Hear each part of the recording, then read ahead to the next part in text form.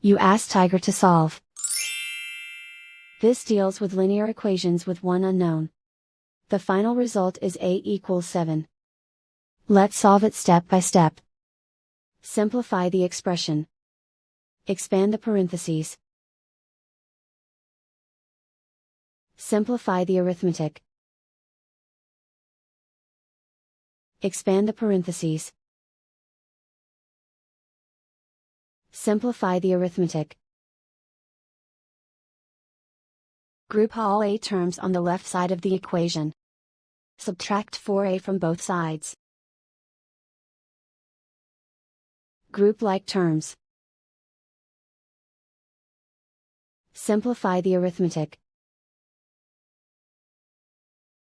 Group like terms. Simplify the arithmetic. Group all constants on the right side of the equation. Add 6 to both sides. Simplify the arithmetic.